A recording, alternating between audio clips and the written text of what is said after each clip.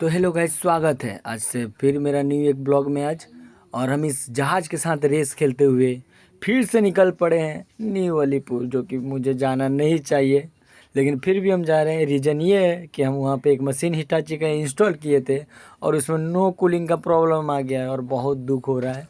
और दूसरे टेक्नीशियन लोग कभी जाता भी नहीं और हमें जाना पड़ रहा है। चलिए, और हम यहाँ पर रस्सी फेंके थे क्योंकि इस रस्सी के माध्यम से उस यूनियन तक ऊपर में पहुंच सके, लेकिन कैसे चढ़ा जाएगा, कुछ सहारा नहीं मिला।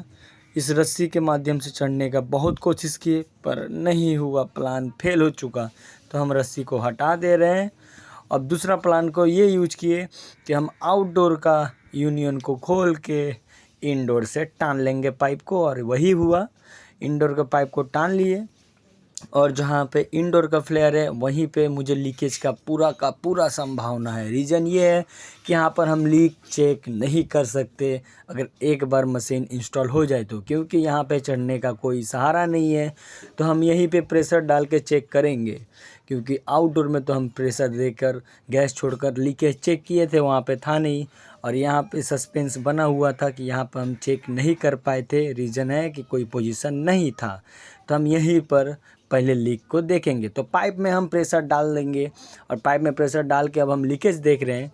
तो अरे, लीकेज तो मिल गया बहुत आसानी से, बहुत बड़ा लीकेज है, इसलिए एक रात में ही कूलिंग घट गया और कस्टमर ना मायूस होते हुए हमें फ़ोन लगा दिए। तो हमें उनका मायूसी को हटाने के लिए फ्री ऑफ कॉस्ट में ब्रेजिंग करना होगा। रीज़न ये है कि हम वहाँ पर अगर फिर से फ्लेयर नट टाइट देते हैं और फिर देते हैं तो हम वहाँ पर लीकेज चेक नहीं कर पाएंगे। तो इसीलिए हम ब्रेजिंग डायरेक्ट कर देंगे, लीकेज का कोई संभावना ही नहीं रहेगा। यही सोचकर हमने ब्रेजिंग कर डाला।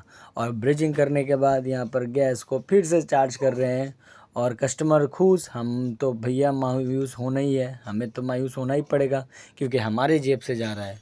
कस्टमर तो नहीं समझेगा, लेकिन ये हमारी जेब से जा रहा है। कस्टमर से तो हम पैसा ले नहीं पाएंगे और ना ही हमारा लेना बनता है, क्योंकि ये गलती हमारी है।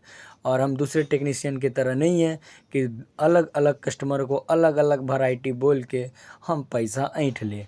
हमें पैसा ऐंठना नहीं आता, हमें काम करने आता है। काम तो कंप्लीट हो गया।